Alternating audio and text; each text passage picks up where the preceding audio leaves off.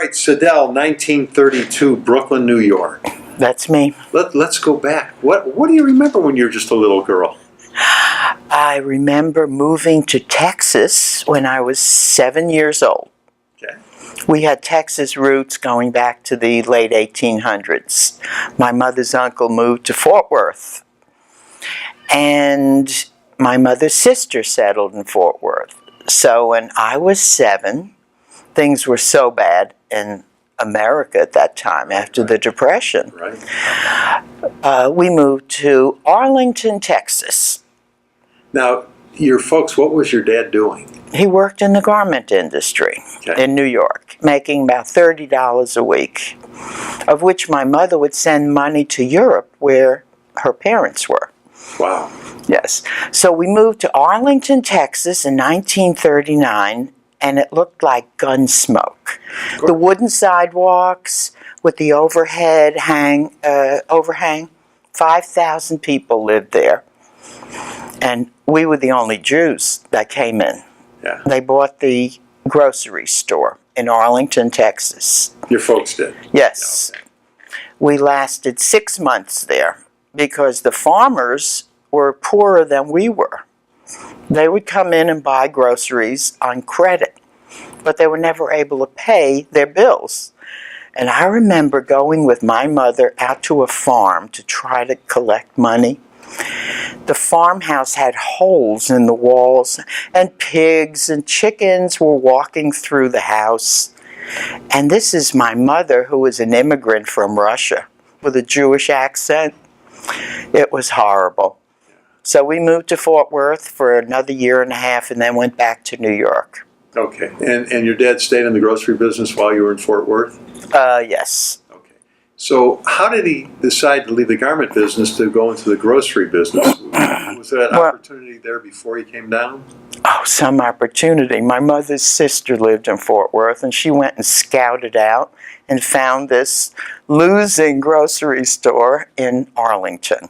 Right. And that's how we got there. So now you go back to New York. How old were you at the time? 9. 9. Okay. So was it a culture shock for you when you came down to Texas? At all? No, not at all. I had my cousins here, my brother, and it was very nice. So now going back to New York, was that exciting, or were you glad to do it?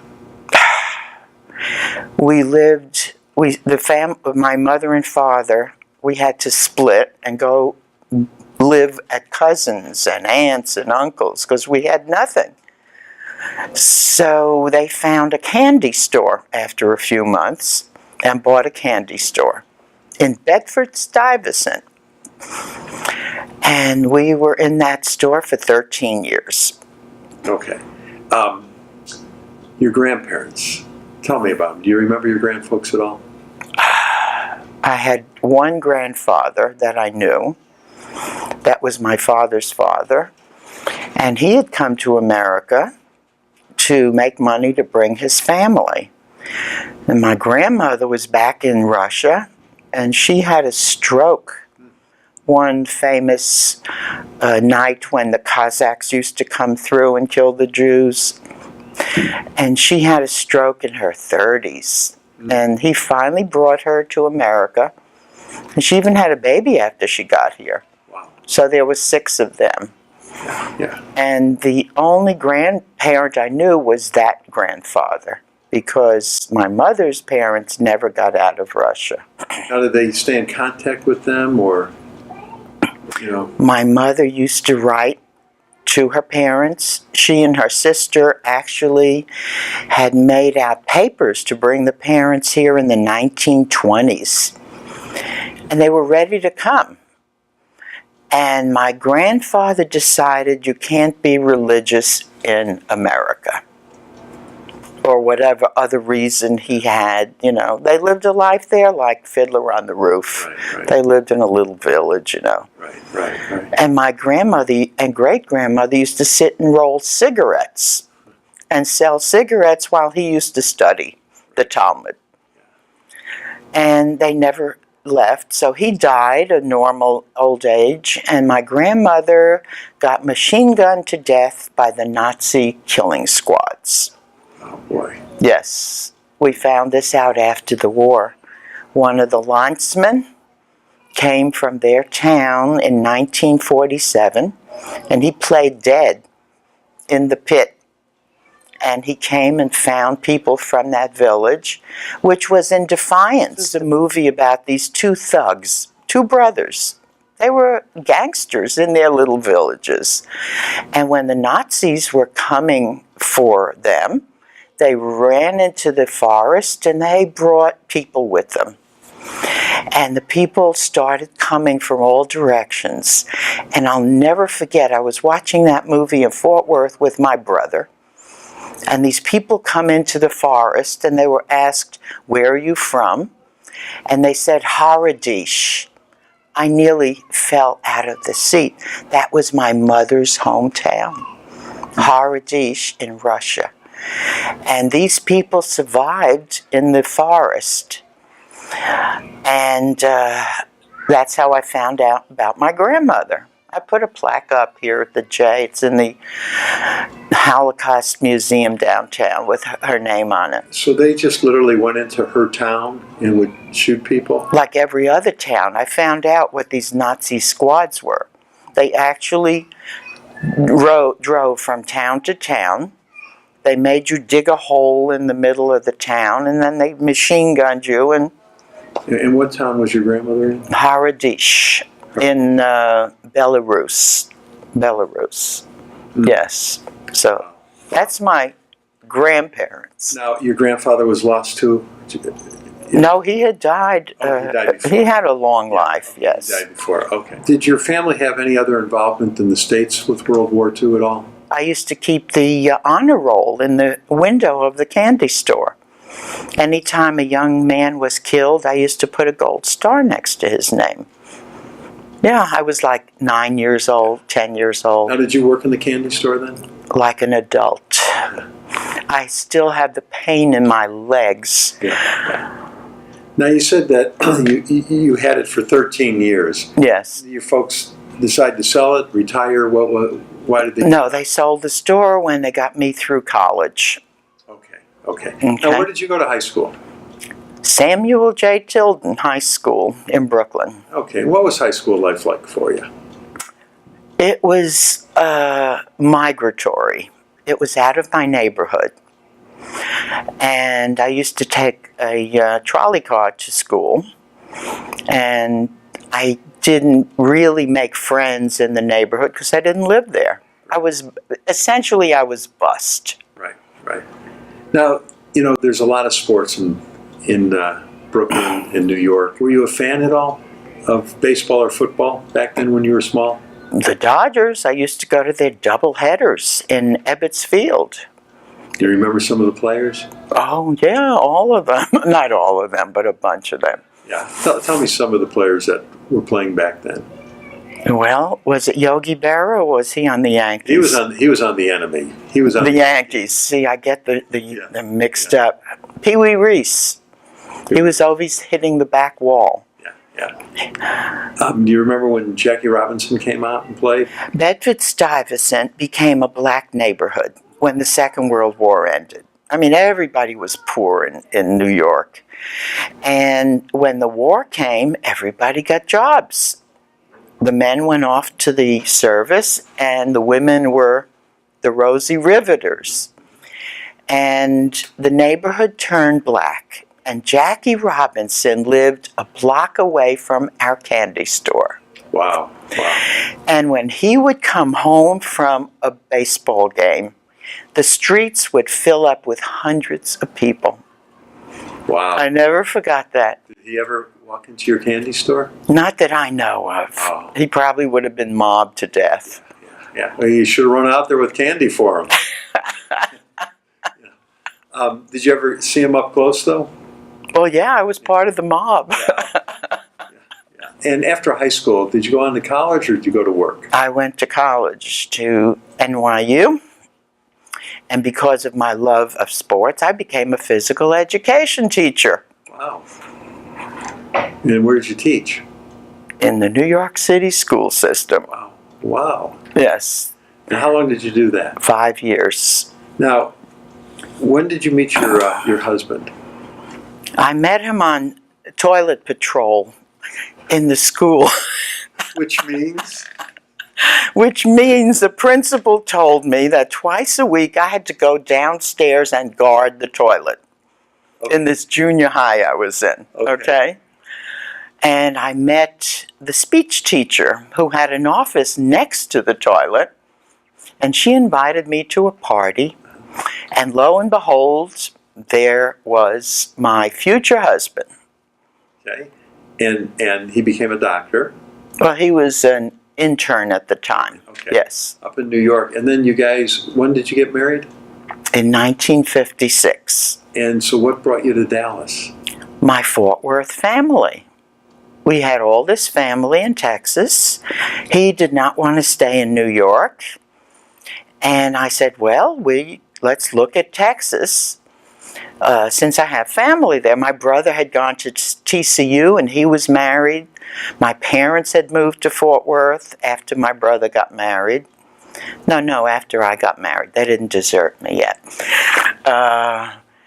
And we got married and came and looked at Dallas. I knew that Fort Worth was too slow for me. Right.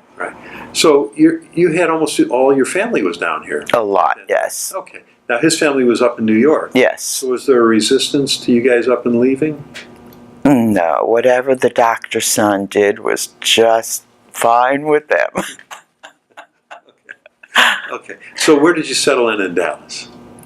In Mesquite. Okay. Unbelievable. We rented a house in Mesquite. Right. And these people had never seen a Jew in their life. So whenever they got sick, they would call Murray to come to their house and take care of them. Yeah. So we got out of there in a year. Yeah. And then you came. Bought a house on North Haven and then built a house in Brookshire Park. Now, did you get involved in the Jewish community at all? Oh, yes.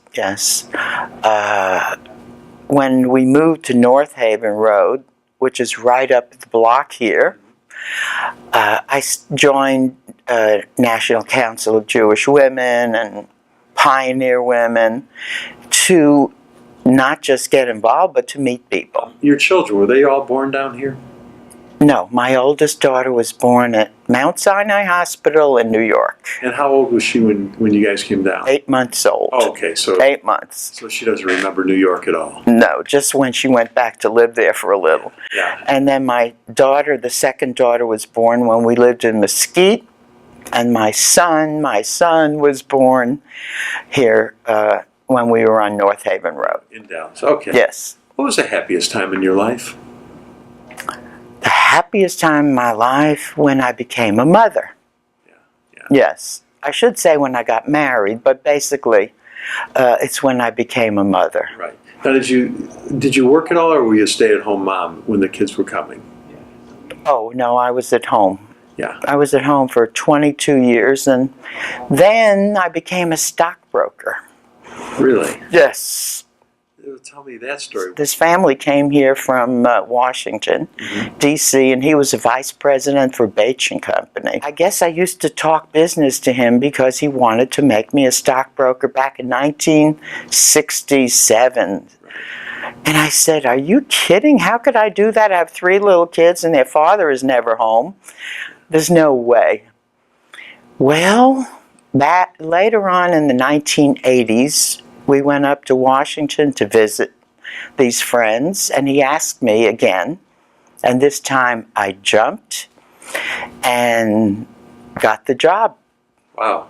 And are you still in that business today? Just for myself. No, I was a broker for about 12 years. Yeah.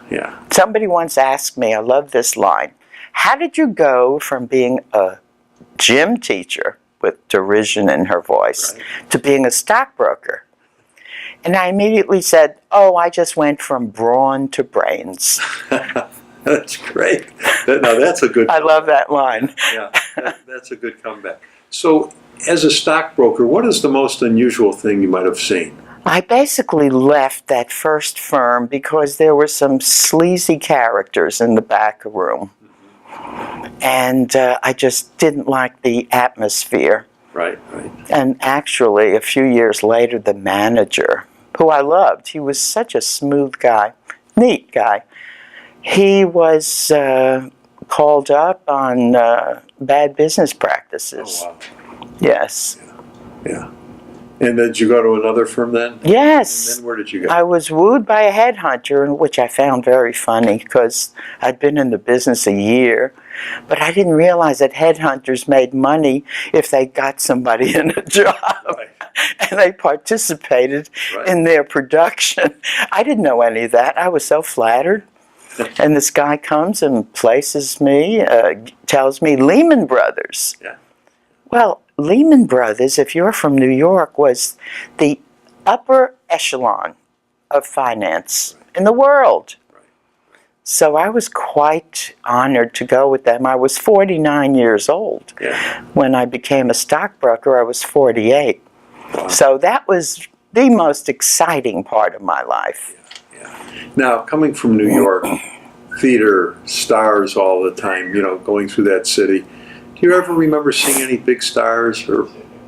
Are you kidding? I used to cut school and go down to the Paramount Theater to see Frank Sinatra. Yes. It was like? Exciting. Yeah. It was just, you would see a movie, the Paramount Theater, you'd see a movie, and then you'd see Frank Sinatra. Yeah. You didn't realize how extraordinary that was. Yeah, at that time. Because that's what it was. Was he accessible at all to the crowd?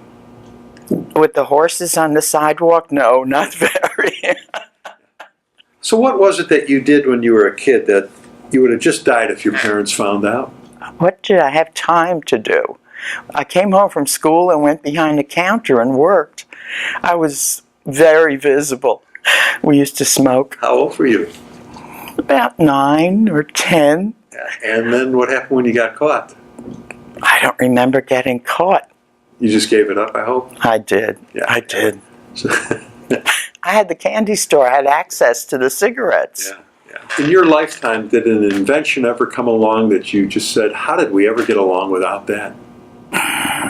Well, at that time it was television. Yeah. We didn't have anything close to it. You remember when you first got a television? I remember resisting getting it.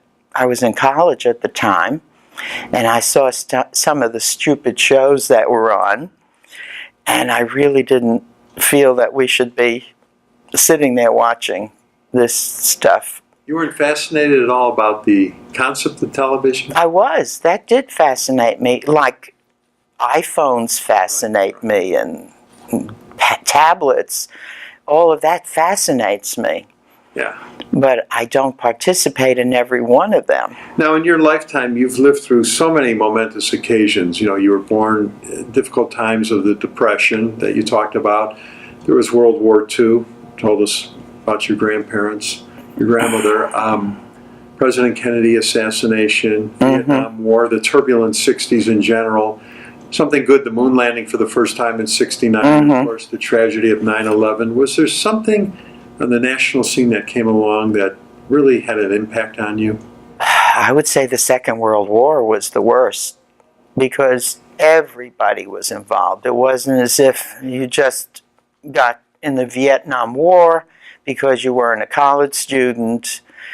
The Second World War, everybody participated. Yeah. I used to collect scraps for the war effort. Now, was your dad in the service? No. Do you remember? Okay. No. Now, you and Marie had 3 kids, 8 grandkids. Yes. What advice does Grandma have for the next generation? Of course, the first thing is they all knew they had to go to college. Right. They just had to. Yeah. And in a Jewish family, that's not unexpected. Right. Let's face it. Yeah. So I am now coming upon the 3rd college graduation. Tell them what I told my son when he got married. Okay. I told him, don't ever try to change your wife. You're marrying her as an individual, and you love her as that individual. Don't ever try to change her. And that's what I would tell my grandchildren. Well, thanks for doing this today. Oh, okay. I enjoyed it.